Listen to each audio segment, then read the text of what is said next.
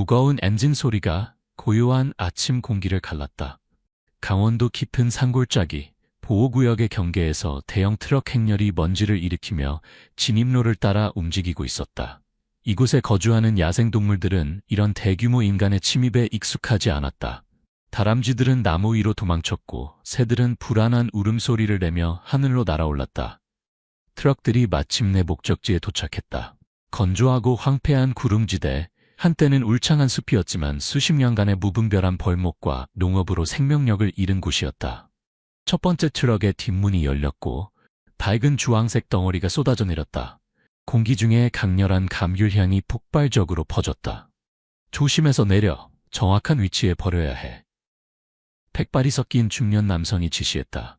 그의 이름은 강태호, 서울대학교의 저명한 생태학 교수였다. 그의 옆에는 비슷한 나이의 여성, 그의 아내이자 연구 파트너인 윤미경 박사가 서 있었다. 그들의 얼굴에는 긴장감과 기대감이 공존했다. 지금까지 계획대로 진행되고 있어요. 첫날치 운송량이 예상보다 많네요. 미경이 말했다. 손에 든 클립보드에 메모를 하며. 그래, 오늘만 200톤이 넘는 오렌지 껍질이 들어올 거야. 앞으로 몇 주 동안 계속될 거고. 태호가 대답했다. 주황색 산더미를 만족스럽게 바라보며. 멀리서 이 광경을 지켜보던 젊은 환경부 공무원 김준호는 얼굴을 찡그렸다. 그는 이 실험을 승인한 결정에 처음부터 반대했었다. 누가 보호구역에 산업 폐기물을 버리는 것을 좋은 생각이라고 할 수 있겠는가? 하지만 그의 상관들은 설득당했고 이제 그는 이 미친 계획이 실패할 때 내가 말했잖아 라고 말할 준비를 하고 있었다. 이게 정말 효과가 있을까요, 교수님? 준호가 태호에게 물었다. 의심을 숨기지 않으며 태호 교수는 미소를 지었다. 그는 젊은이의 회의적인 태도를 이해했다. 자연은 우리가 생각하는 것보다 훨씬 회복력이 강합니다, 준호 씨. 이 오렌지 껍질은 썩으면서 이 죽은 토양에 생명을 되돌려줄 거예요. 그냥 기다려보세요. 트럭 운전사 박영민은 창문을 내리고 고개를 내밀었다. 교수님, 이거 다 부은 다음에 어디로 또 가면 됩니까? 세 번째 구역으로 가세요. 파란 깃발이 보일 거예요. 미경이 대답했다. 날이 저물 때까지 12대의 트럭이 오렌지 껍질, 과육, 씨앗을 쏟아부었다.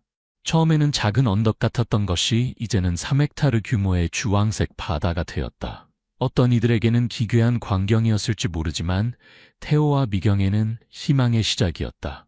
강태호와 윤미경의 이야기는 30년 전으로 거슬러 올라간다. 둘 다 서울대학교 생물학과 1학년 학생으로 생태학 수업에서 처음 만났다. 태호는 강원도 산골마을 출신의 소박한 청년이었다. 그는 어린 시절 숲에서 놀며 자랐고 자연에 대한 깊은 존경심을 품고 있었다. 미경은 서울 출신의 열정적인 환경운동가로 도시화로 인한 자연 파괴에 분노하고 있었다. 그들은 처음에는 토론에서 자주 부딪혔지만 곧 서로의 열정과 헌신에 이끌렸다.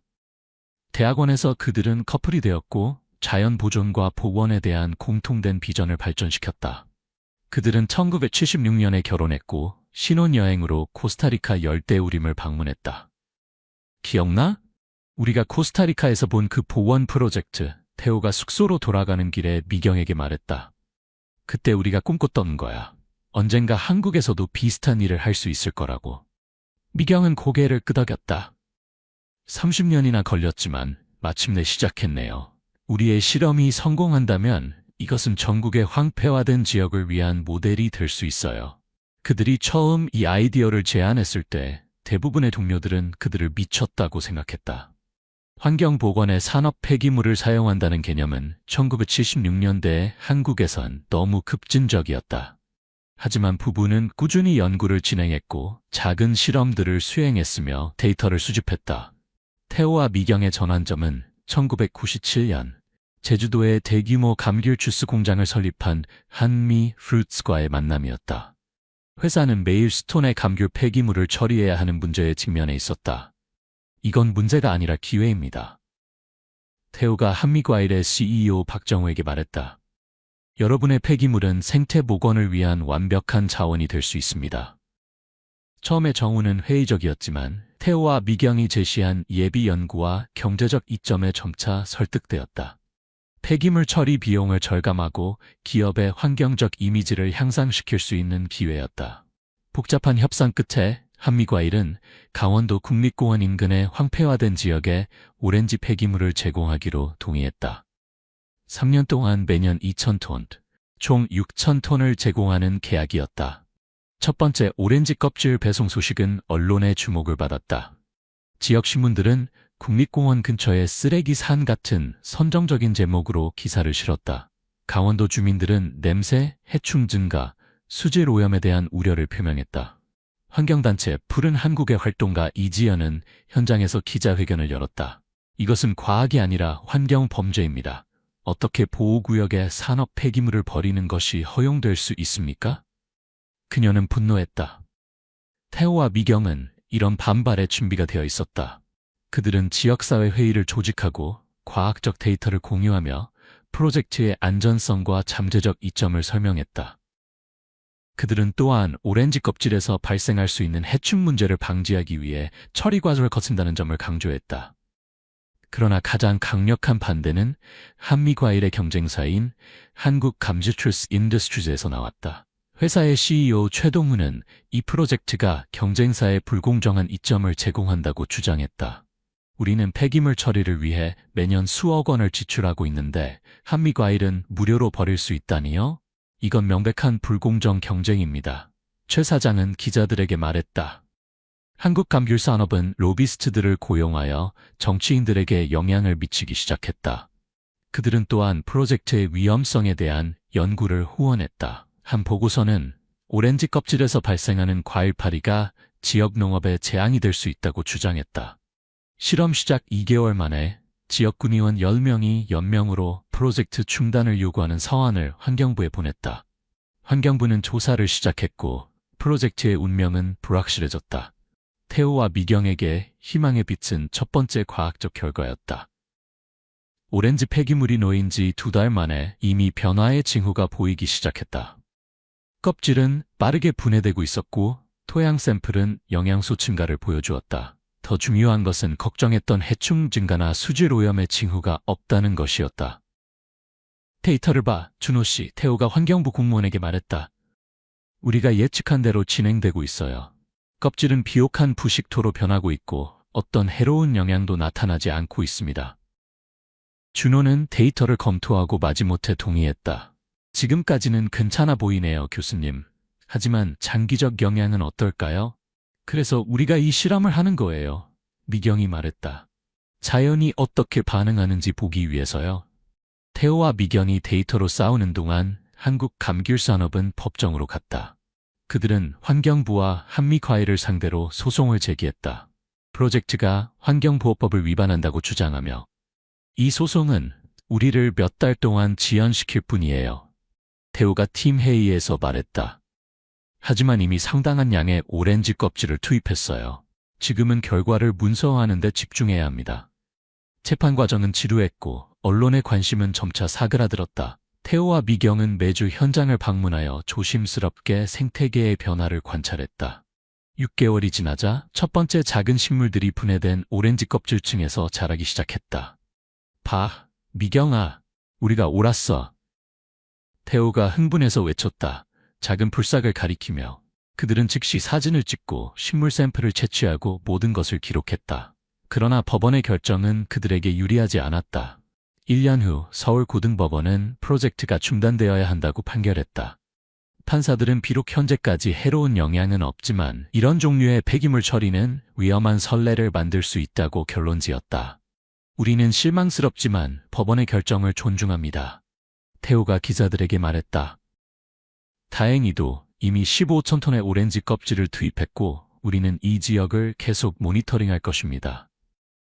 프로젝트는 공식적으로 종료되었지만 과학적 실험은 이제 막 시작되었다. 태호와 미경은 연구 보조금을 확보하여 정기적인 모니터링 프로그램을 설립했다. 그들은 5년 동안 6달마다 한 번씩 현장을 방문하여 토양, 식물, 곤충, 미생물을 분석하는 계획을 세웠다. 시간이 흐르면서 오렌지 껍질 실험은 대중의 기억에서 점차 사라졌다. 태호와 미경은 초기에는 열심히 현장을 방문했지만 다른 연구 프로젝트와 학술적 의무가 그들의 시간을 요구했다. 5년 계획이 끝난 후 그들의 방문은 1년에 한 번으로 줄었다. 그들의 초기 연구 결과는 유망했다. 3년 만에 오렌지 껍질 지역은 작은 관목과 풀로 덮이기 시작했다. 토양의 영양소 수준은 크게 향상되었고 미생물 다양성은 증가했다. 그러나 이 결과들은 주로 학술 저널에 게재되었고 대중의 관심을 거의 받지 못했다. 태호와 미경이 은퇴를 계획하기 시작한 2013년, 그들은 마지막 대규모 연구 프로젝트로 최종 평가를 계획했다. 실험 시작 후 16년이 지난 시점이었다. 우리가 마지막으로 완전한 조사를 해야 해, 태호가 미경에게 말했다. 우리 커리어의 마무리로 접할 거야. 좋아요. 젊은 연구자들을 모집해서 우리를 도와줄 수 있게 해요. 그들에게 좋은 경험이 될 거예요. 미경이 대답했다. 그들은 대학원생 팀을 모집했고 그 중에는 강태호의 제자인 젊은 생태학자 이수진도 있었다. 수진은 원래 오렌지 껍질 프로젝트에 대해 아는 바가 거의 없었지만 그녀의 전문 분야인 척박한 환경에서의 식물 적응에 완벽하게 맞는 연구였다. 그러나 계획된 최종 평가는 태호가 갑작스러운 뇌졸중으로 쓰러지면서 중단되었다. 그는 회복했지만 의사들은 그에게 육체적으로 힘든 현장 작업을 피하라고 조언했다. 미경은 남편 간호에 집중하기로 결정했고 연구 프로젝트는 무기한 연기되었다. 오렌지 껍질 실험은 다시 한번 잊혀졌다. 몇몇 논문에서 언급되었을 뿐 후속 연구는 이루어지지 않았다. 태호와 미경은 조용히 은퇴 생활을 시작했고 그들의 대담한 실험은 과학사의 작은 각주가 되어버렸다.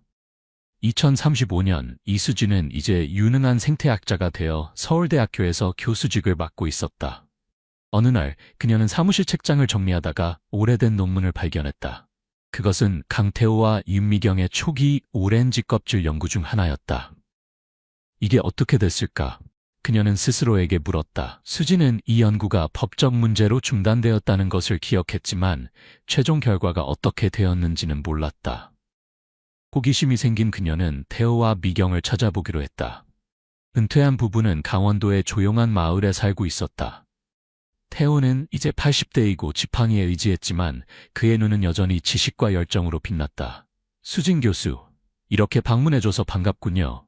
태호가 그들의 소박한 집 현관에서 그녀를 맞이했다. 교수님의 오렌지 껍질 연구에 대해 더 알고 싶어서 왔어요. 수진이 설명했다. 그 실험 장소가 지금 어떤 상태인지 궁금해요. 미경은 깊은 한숨을 내쉬었다. 우리도 몰라요. 마지막으로 방문한 지 거의 5년이 됐어요. 건강 문제로 더 이상 갈 수 없었거든요. 제가 가볼 수 있을까요? 수진이 물었다. 과학적 관점에서 정말 흥미로운 사례 연구가 될 것 같아요. 태호의 얼굴이 밝아졌다. 물론이지. 우리가 GPS 좌표를 줄게요. 하지만 찾기 쉽지 않을 거예요. 17년 동안 그곳은 많이 변했을 테니까. 수진은 대학원생 2명과 함께 탐사팀을 구성했다. 그들은 오래된 지도와 태호가 제공한 GPS 좌표를 가지고 강원도로 향했다. 여기인가? 대학원생 민재가 물었다. 울창한 숲을 둘러보며. GPS가 맞다면 여기가 맞는데. 이상하네, 수진이 말했다. 교수님이 말하길 이곳은 황폐한 목초지였다고 했는데 그들은 혼란스러워하며 주변을 탐색했다. 갑자기 민재가 외쳤다. 교수님, 여기 뭔가 있어요? 그는 이끼로 뒤덮인 금속 막대를 발견했다. 그것을 닦아내자 번호와 KTHYMK 인구 97이라는 각인이 드러났다. 이거야, 강태호와 윤미경의 마커야. 수진이 흥분해서 말했다. 우리는 정확한 위치에 있어. 이게 오렌지 껍질 실험 현장이야. 그들은 믿을 수 없는 광경을 보고 있었다. 한때 불모지였던 이곳은 이제 다양한 식물종이 번성하는 울창한 숲이 되어 있었다. 그들이 서 있는 곳 주변으로는 배롭게 다양한 하층 식생이 자라고 있었고 머리 위에는 높이 20m가 넘는 나무들이 하늘을 향해 뻗어 있었다. 이건 놀라워. 수진이 숨을 내쉬었다. 교수님이 옳았어.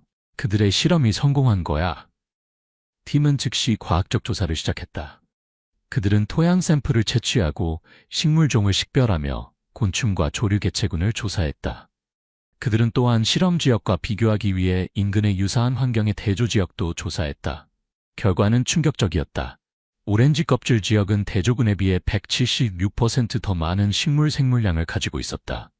실험 지역에서는 24종의 나무가 발견된 반면 대조군에서는 단 8종만 발견되었다. 토양 분석은 질소, 인, 칼륨과 같은 핵심 영양소가 풍부하게 증가했음을 보여주었다. 수진과 그녀의 팀은 흥분해서 태호와 미경에게 돌아갔다. 이것 봐요, 교수님. 수진이 노트북을 열어 수백 장의 사진을 보여주었다. 믿을 수 없을 정도로 변했어요. 태호와 미경은 눈물을 글썽이며 이미지를 바라보았다. 그들의 대담한 아이디어, 그들이 17년 전에 시작한 실험이 그들의 가장 낙관적인 예측을 훨씬 뛰어넘는 결과를 냈다. 오렌지 껍질이 이 모든 것을 했다고? 미경이 떨리는 목소리로 물었다. 네, 다양한 방식으로요, 수진이 설명했다. 분해된 오렌지 껍질은 토양에 필수 영양소를 공급했을 뿐만 아니라 그 두꺼운 층이 공격적인 잡초를 억제해 토종 식물이 뿌리를 내릴 수 있게 했어요. 게다가 분해 과정이 토양을 부드럽게 만들어 뿌리 침투를 더 쉽게 했고요. 태호는 천천히 고개를 끄덕였다. 바로 우리가 이론적으로 예측했던 거야. 하지만 이렇게 극적인 변화를 기대하진 않았어. 수진은 그들의 발견을 주요 과학 저널에 제출하기로 결정했다. 그녀는 태호와 미경을 공동 저자로 포함시켰다. 논문은 몇 달 동안 엄격한 동료 심사를 거쳤고 마침내 2015년 Nature Ecology and Nature Ecology Evolution에 게재되었다. 한국의 오렌지 껍질 실험, 농업 폐기물을 이용한 생태계 복원의 17년 연구라는 제목의 논문은 과학계에서 즉각적인 관심을 끌었다. 주요 언론은 오렌지 껍질로 숲을 키우다와 같은 헤드라인으로 이 이야기를 다루었다. 내일 KBS와 인터뷰가 있어요. 수진이 태호와 미경에게 전화로 알렸다. 두 분도 참여하실 수 있으세요? 물론이지, 태호가 대답했다. 목소리에 자부심이 묻어났다. 사람들이 이것이 얼마나 중요한지 이해하게 하고 싶어. 다음 날 태호와 미경은 방송 인터뷰에서 자신들의 이야기를 나누었다.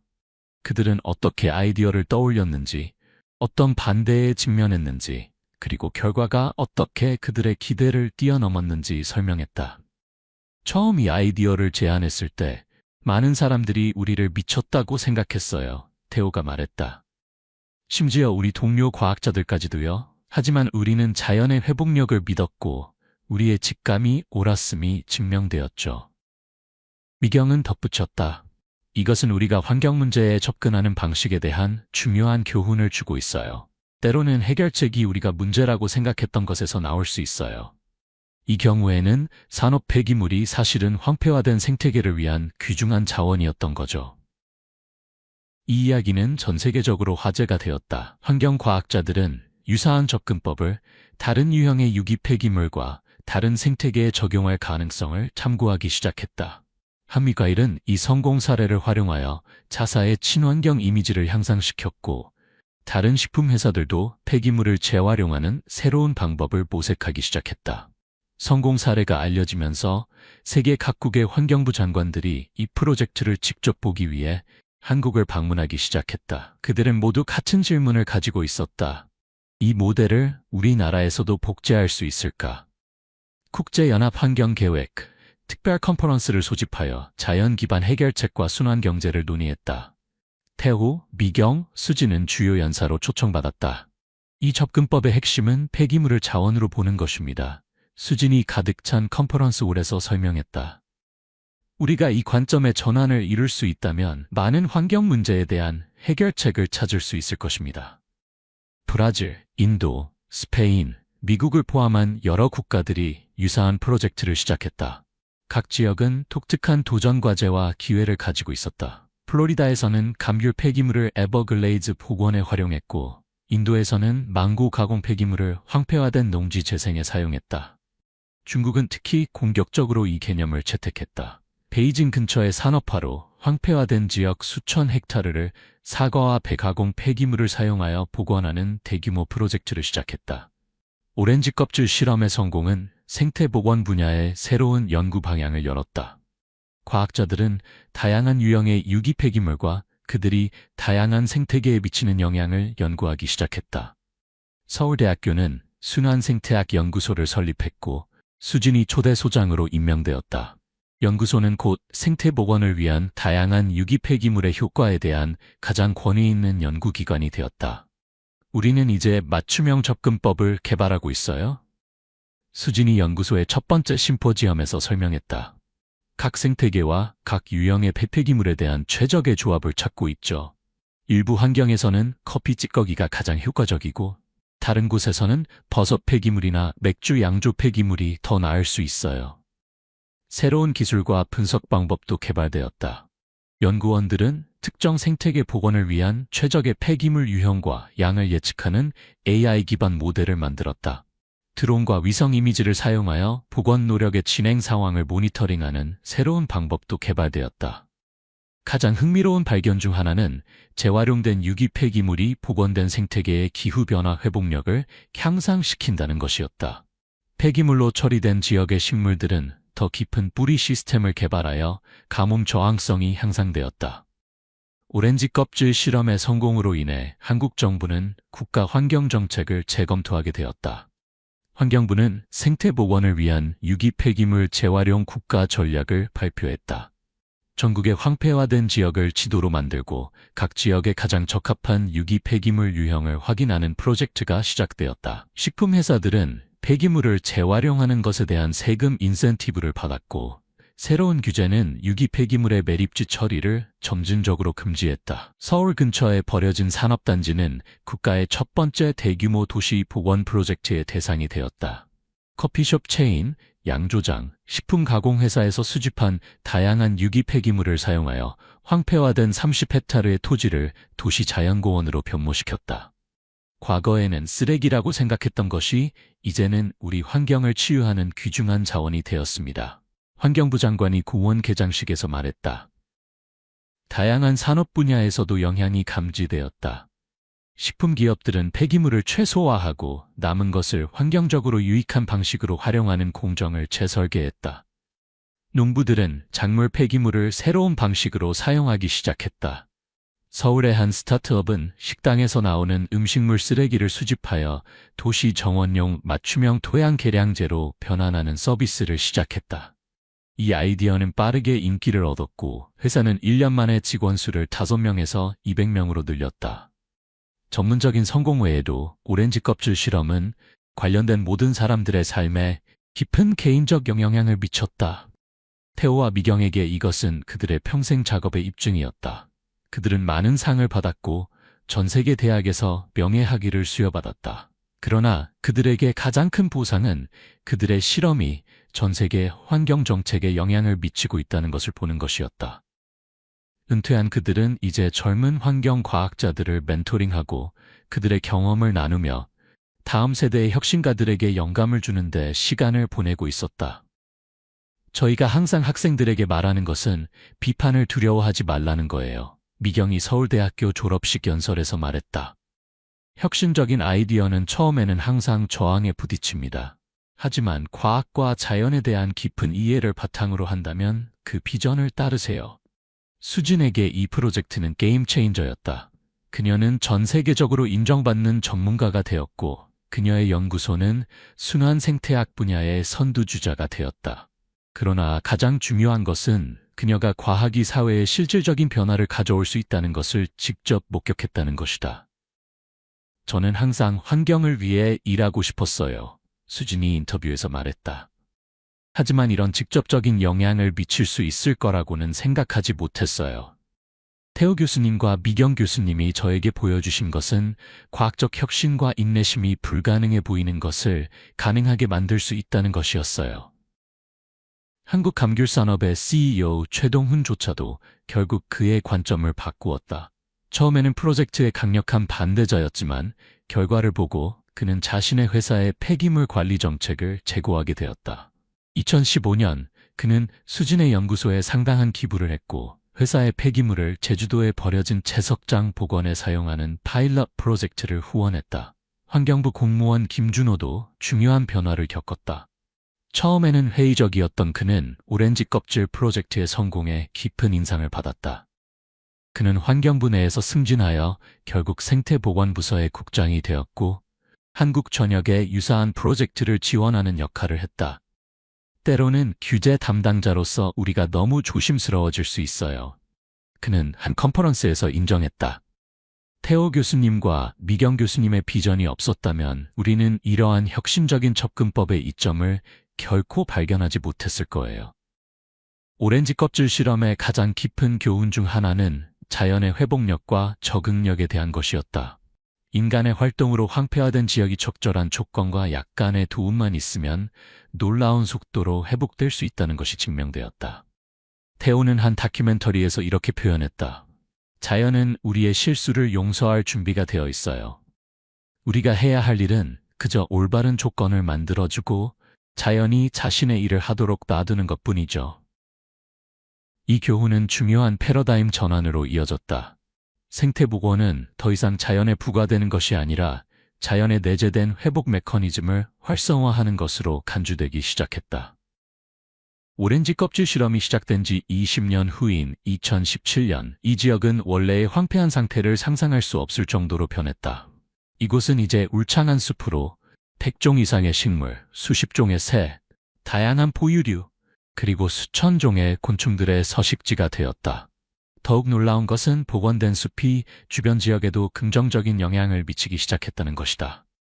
새들과 동물들이 씨앗을 멀리까지 운반하면서 건강한 식생이 원래의 실험 지역을 넘어 점차 확장되었다. 지역 주민들도 이 변화의 혜택을 느꼈다. 복원된 숲은 주변 농경지의 수분 유지를 향상시켰고 새들과 곤충들은 더 효과적인 수분 매개자와 해충 통제자로 역할했다.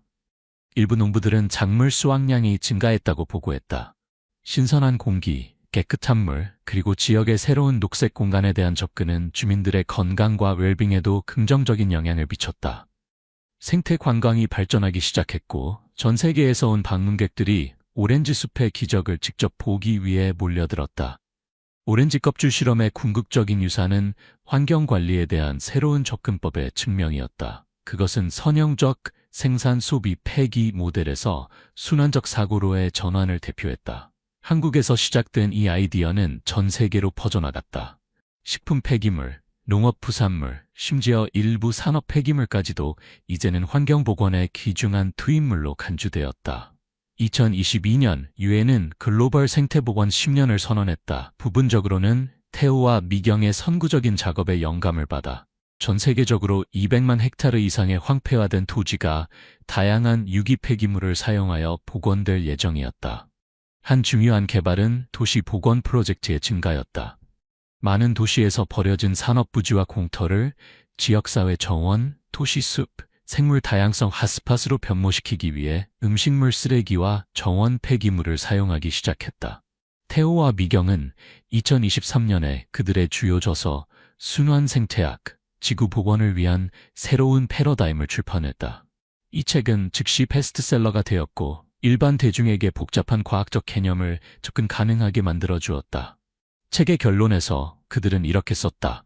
자연과 인간의 시스템 사이의 경계는 우리가 상상한 것보다 훨씬 더 흐릿합니다. 우리가 폐기물이라고 부르는 것은 단지 잘못된 장소에 있는 자원일 뿐입니다.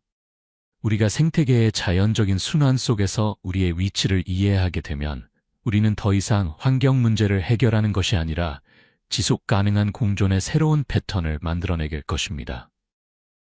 강당은 환경과학자, 정책 기반자, 그리고 영감을 받은 일반 시민들로 가득 찼다. 무대 위에는 세 세대의 과학자들이 나란히 서 있었다. 테오와 미경, 그들의 제자 수진, 그리고 이제는 새로운 세대의 환경혁신가인 수진의 제자들. 우리의 가장 큰 자부심은 지식의 이 세대 간 전달입니다. 테오가 청중에게 말했다. 그의 목소리는 나이가 들었지만 열정은 여전했다. 오렌지 껍질 숲은 계속해서 자랍니다. 마치 우리의 아이디어와 가치관이 새로운 세대의 과학자들을 통해 계속 자라는 것처럼요. 이 시점에서 원래의 실험 장소는 완전히 성숙한 숲으로 발전했다.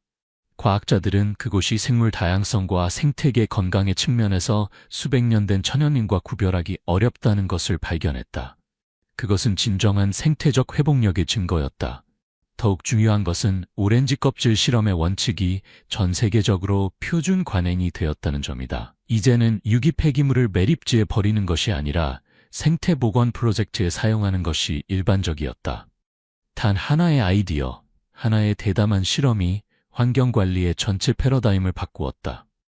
그리고 모든 것은 두 명의 헌신적인 과학자가 자연의 회복력을 믿고 다른 사람들이 폐기물로 본 것에서 기회를 보았기 때문에 가능했다. 태호와 미경이 연설을 마쳤을 때 청중들은 기립박수를 보냈다. 그들의 유산은 단지 울창한 숲으로 변한 오렌지 껍질 더미만이 아니었다. 그것은 인간과 자연이 공생할 수 있다는 증거였고, 우리의 가장 큰 환경 도전 과제에 대한 해결책이 때로는 가장 예상치 못한 곳에서 발견될 수 있다는 것을 보여주는 증거였다. 심포지엄이 끝난 후 태호와 미경은 그들의 증손자와 함께 원래의 실험 장소를 방문했다. 그들은 이제 울창한 캐노피 아래의 그늘진 길을 따라 천천히 걸었다. 새들은 머리 위에서 지저귀였고 다람쥐들은 나무 사이를 뛰어다녔다. 할아버지, 이 모든 나무들이 정말 오렌지 껍질에서 자란 거예요? 8살 민수가 물었다. 놀란 눈으로 위를 바라보며. 태호는 웃으며 손자의 손을 잡았다. 그래, 민수야. 이것이 자연의 마법이란다. 우리가 도움의 손길을 내밀면 자연은 항상 놀라운 방식으로 응답한단다. 미경은 주변을 둘러보며 미소 지었다. 그들이 시작한 것은 단순한 과학 실험이 아니었다. 그것은 희망의 유산이었고 미래 세대에게 더 나은 세상을 물려주는 법을 보여주는 살아있는 증거였다. 숲은 계속해서 자랄 것이고 그들의 아이디어도 마찬가지였다. 오렌지 껍질로 시작된 것이 이제는 전 세계 환경 정책과 관행에 영향을 미치는 움직임이 되었다. 그리고 그것은 모두 하나의 대담한 질문으로 시작되었다. 쓰레기라고 여겨지는 것이 실제로는 보물이라면 어떨까? 서울 강남의 바쁜 거리에서 멀지 않은 곳에 밝은 미소와 호기심 가득한 눈을 가진 김민준이라는 소년이 살고 있었습니다. 민준이는 평범한 가정에서 태어나 부모님의 사랑을 듬뿍 받으며 자랐고 학교에서는 친구들 사이에서 인기가 많았습니다. 그는 과학과 발명품에 특별한 관심이 있었고 언젠가 세상을 바꿀 위대한 발명가가 되는 것이 꿈이었습니다. 민준이의 부모님, 김준호 씨와 박소영 씨는 아들의 밝은 성격과 끊임없는 호기심을 자랑스러워했습니다. 형 민석이와 누나 지은이도 동생을 무척 아꼈습니다. 그들은 평범하지만 행복한 가족이었고 서로를 위해 무엇이든 할 준비가 되어 있었습니다. 민준이가 9살이 되던 해봄, 평화로운 일상에 먹구름이 드리워졌습니다. 학교에서 수업을 듣던 중 민준이는 갑자기 심한 두통을 느꼈습니다. 처음에는 단순한 두통으로 생각했지만 고통이 너무 심해 결국 보건실로 가야 했습니다. 학교 간호사는 부모님께 연락했고 소영 씨는 서둘러 아들을 데리러 왔습니다. 괜찮아? 우리 민준아? 집에 가서 좀 쉬면 나아질 거야? 소영 씨가 아들의 이마에 손을 얹으며 말했습니다. 집에 돌아온 후 소영 씨는 민준이에게 해열제를 주고 따뜻한 죽을 먹였습니다. 하지만 밤이 되어도 두통은 사라지지 않았고 오히려 더 심해졌습니다. 걱정된 부모님은 다음 날 아침 일찍 서울대학교 어린이병원으로 민준이를 데려갔습니다. 병원에서 여러 검사를 받은 후 정진우 교수는 심각한 표정으로 부모님을 상담실로 불렀습니다. 김 선생님, 박 선생님, 안타깝게도 민준이의 상태가 생각보다 심각합니다. MRI 결과 뇌에 종양이 발견되었습니다. 그 말을 듣는 순간 소영 씨는 다리에 힘이 빠져 의자에 덜썩 주저앉았고 준호 씨는 마치 벼락을 맞은 듯 얼어붙었습니다. 수술은 가능한가요? 준호 씨가 간신히 목소리를 짜내어 물었습니다. 정 교수는 무거운 한숨을 내쉬었습니다. 종양의 위치가 매우 위험합니다. 수술로 완전히 제거하기가 거의 불가능합니다. 항암 치료와 방사선 치료로 진행 속도를 늦출 수는 있지만 말을 잇지 못하는 정 교수의 눈에서 민준이의 부모님은 이미 답을 읽을 수 있었습니다. 진단 이후 민준이의 가족은 깊은 슬픔에 빠졌지만 민준이 자신은 놀라울 정도로 강인함을 보여주었습니다. 자신의 상태에 대해 알게 된 후에도 그는 여전히 밝은 미소를 잃지 않았습니다. 엄마, 울지 마세요. 제가 이겨낼 거예요. 아직 발명가가 되려면 할 일이 많아요. 민준이가 어머니의 눈물을 닦아주며 말했습니다. 치료가 시작되었고 민준이는 용감하게 모든 고통을 견뎌냈습니다. 항암 치료로 머리카락이 빠지기 시작했을 때도 그는 이제 수영할 때 더 빨라질 거예요. 라며 농담을 던졌습니다. 학교에 가지 못한 날이 많아졌지만 민준이는 병원 침대에서도 열심히 공부했습니다. 선생님들은 특별히 병원을 방문하여 수업을 해주었고 친구들은 편지와 그림을 보내 그를 응원했습니다. 민준이의 투병 생활이 길어지면서 그의 관심사도 변하기 시작했습니다. 발명품 잡지 대신 의학 서적을 읽기 시작했고 그의 꿈도 바뀌었습니다. 저는 커서 의사가 될 거예요. 저 같은 아이들을 도와주는 의사요. 민준이가 담당 간호사에게 말했습니다. 치료에도 불구하고 시간이 지날수록 민준이의 건강은 악화되었습니다. 10살 생일을 맞이할 즈음 그는 병원에서 더 많은 시간을 보내게 되었고 통증도 심해졌습니다. 가족의 경제적 부담도 커져갔습니다. 준호 씨는 2개의 일을 하기 시작했고 소영 씨는 병원에서 아들을 돌보느라 직장을 그만둘 수밖에 없었습니다. 형 민석이는 대학 등록금을 모으던 돈을 동생의 치료비에 보태겠다고 했고 누나 지은이도 아르바이트를 시작했습니다. 민준이는 가족의 고통을 보며 마음 아파했습니다. 그는 점점 더 조용해졌고 종종 깊은 생각에 잠겨있는 모습을 보였습니다. 11살 생일을 몇 주 앞두고 정 교수는 민준이의 부모님을 다시 불렀습니다. 종양이 예상보다 빠르게 자라고 있고 남은 시간이 많지 않다는 암울한 소식이었습니다. 얼마나? 소영 씨가 떨리는 목소리로 물었습니다. 길어야 몇 달입니다. 정 교수의 목소리도 떨렸습니다. 이 소식을 들은 후 민준이는 깊은 생각에 빠졌습니다. 하루는 병실에서 혼자 있던 그가 어머니를 불렀습니다. 엄마, 제가 중요한 결정을 했어요. 민준이의 목소리는 평소보다 더 진지했습니다. 소영 씨는 아들 곁에 앉아 그의 손을 잡았습니다. 무슨 결정인데 우리 아들? 제가 하늘나라에 가게 되면 제 장기를 다른 아픈 어린이들에게 기증하고 싶어요. 소영 씨는 놀라서 말을 잇지 못했습니다. 민준이는 계속해서 말했습니다. 의학책에서 읽었어요. 한국에서는 장기 기증이 많이 부족하대요. 특히 어린이 장기 기증자는 더 적대요. 그래서 많은 아이들이 기다리다가 죽는다고 해요. 민준아. 소영 씨의 눈에 눈물이 고였습니다. 엄마, 저는 곧 갈 거예요. 하지만 제 심장이나 간, 신장은 아직 건강해요. 저는 갈 테지만 제 몸의 일부는 다른 아이들을 살릴 수 있어요. 그러면 제가 조금은 더 오래 세상에 남아있을 수 있잖아요. 소영 씨는 아들을 꼭 안았습니다.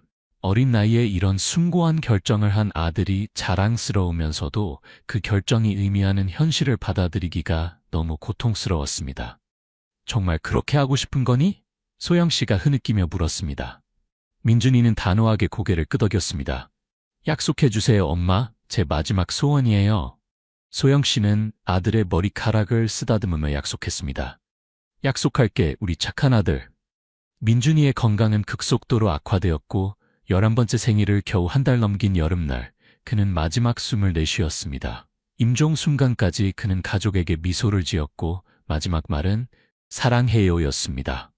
민준이의 가족은 그의 소원대로 장기 기증에 동의했습니다. 소식을 들은 병원 의료진은 깊은 존경심을 표했고 장기 척출 수술이 진행되기 전 모든 의사와 간호사들이 수술실 앞에 모였습니다. 정 교수가 앞으로 나섰습니다. 오늘 우리는 매우 특별한 환자를 떠나보내게 됩니다.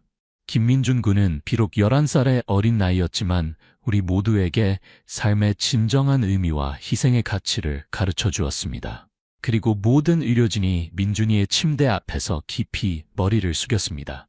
한국에선 이런 깊은 절은 매우 특별한 경우에만 표현되는 최고의 존경 표시였습니다. 그들은 3번 깊이 절하며 민준이의 용기와 이타심에 경의를 표했습니다.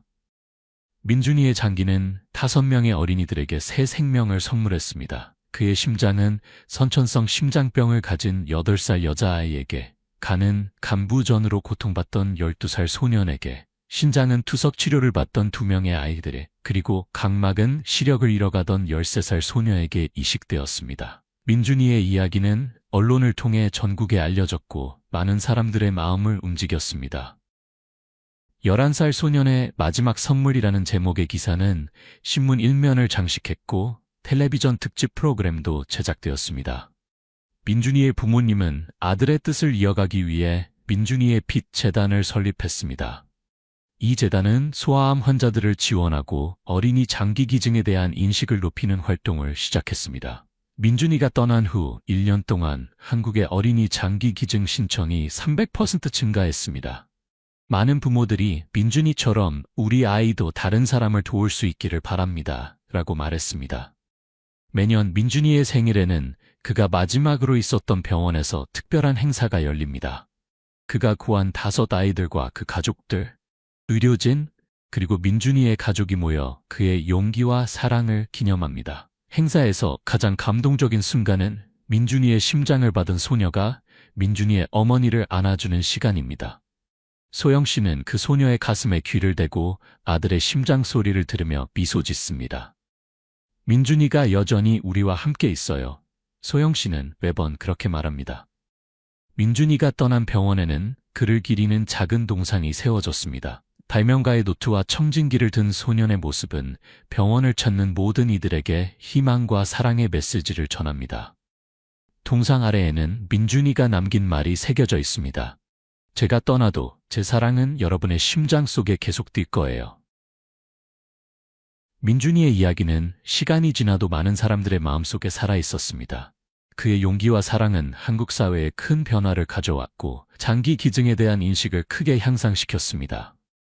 서울대학교 어린이병원은 매년 김민준 메모리얼 의학 심포지엄을 개최하여 소아암 연구와 치료 발전을 논의합니다. 정진우 교수는 이 심포지엄의 첫 번째 연설에서 이렇게 말했습니다. 의사로서 수많은 환자를 만났지만 민준이처럼 저에게 깊은 영향을 준 아이는 없었습니다.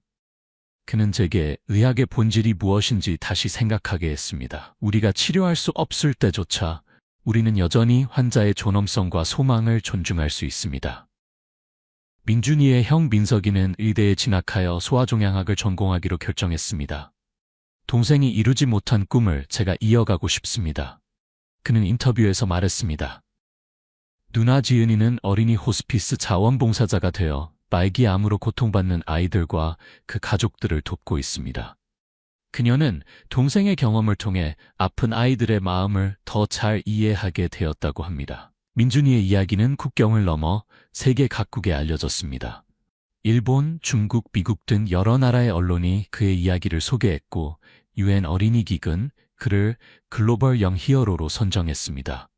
세계보건기구는 김민준 글로벌 장기기증 인식의 날을 제정하여 전 세계적으로 장기기증의 중요성을 알리는 캠페인을 시작했습니다. 미국의 유명 다큐멘터리 감독은 민준이의 이야기를 바탕으로 한 영화를 제작했고 이 영화는 칸 영화제에서 상을 받았습니다. 영화 수익금은 전액 소아암 연구와 치료를 위해 기부되었습니다. 민준이가 떠난 지 10년이 지난 후 민준이의 피 재단은 서울의 첫 번째 어린이 호스피스 전문 센터를 개원했습니다. 이 센터는 말기암 환자들에게 의료적 지원뿐만 아니라 심리적, 정서적 지원도 제공합니다. 센터의 로비에는 민준의 정원이라는 아름다운 공간이 마련되어 있습니다. 이곳에는 민준이가 좋아했던 식물들이 심어져 있고 중앙에는 작은 분수대가 있습니다. 분수대 주변에는 그가 살려준 5 아이들의 손도장이 찍혀 있습니다. 민준이의 어머니 소영 씨는 센터에서 자원봉사자로 일하며 아픈 아이들과 그 부모님들을 위로하고 있습니다. 그녀는 종종 민준이의 이야기를 들려주며 희망의 메시지를 전합니다. 우리 아들은 짧은 생애였지만 그의 영향력은 영원합니다.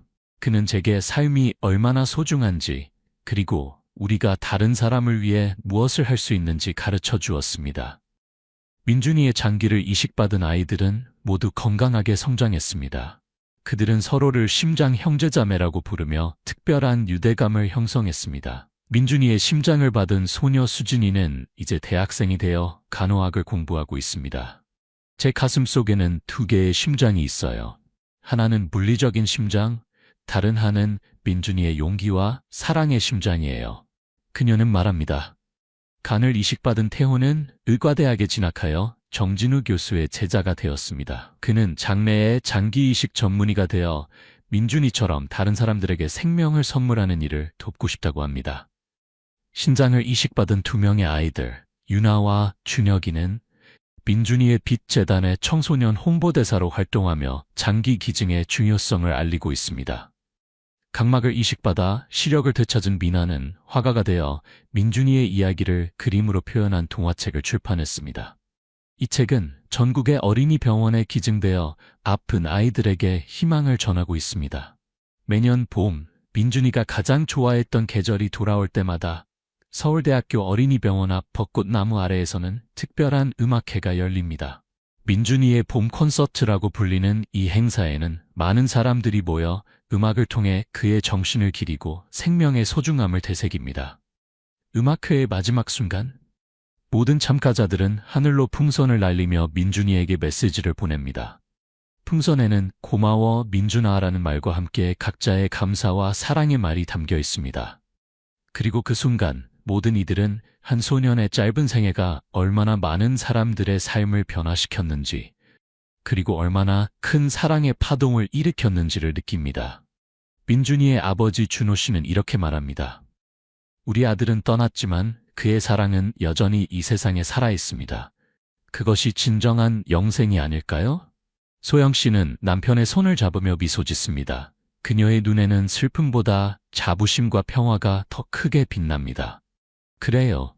우리 민준이는 영원히 살아있어요. 그가 구한 생명 속에서, 그가 변화시킨 사회 속에서, 그리고 무엇보다 우리 모두의 마음 속에서요.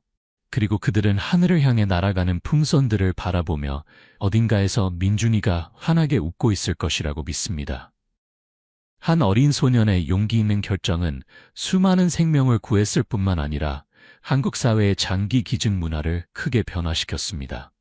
민준이가 떠난 후 10년 동안 장기 기증 서약자 수는 5배 이상 증가했고 실제 장기 기증 건수도 3배 이상 늘어났습니다. 서울대학교 의과대학은 김민준 윤리교육센터를 설립하여 의대생들에게 의료 윤리와 환자의 존엄성에 대해 가르치고 있습니다.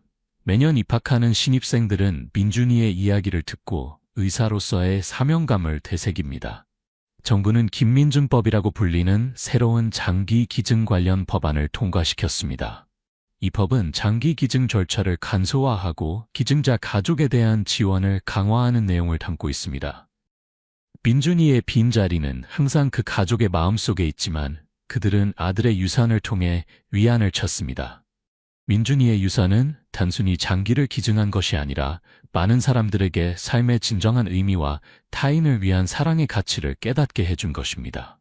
매일 밤 소영 씨는 창밖의 별을 바라보며 아들에게 이야기를 들려줍니다. 그녀는 민준이가 자신을 지켜보고 있다고 믿습니다. 오늘도 좋은 일이 많았어, 민준아. 네가 구해준 아이들이 모두 건강하게 자라고 있어. 그리고 오늘 또 한 명의 어린이가 네 이야기를 듣고 장기 기증을 결심했대. 넌 정말 대단한 일을 했어, 우리 아들. 그리고 그녀는 밤하늘에서 가장 밝게 빛나는 별이 반짝이는 것을 봅니다. 그것은 마치 민준이가 미소 짓는 것처럼 보입니다. 소녀는 떠났지만 그의 사랑은 계속해서 이 세상에 파동을 일으키고 있습니다. 그것이 바로 진정한 영웅의 모습입니다. 민준이의 이야기는 점차 사회적 운동으로 발전했습니다. 민준이의 빅히트단이 주최하는 연례 걷기 대회에는 매년 수만 명의 사람들이 참가합니다.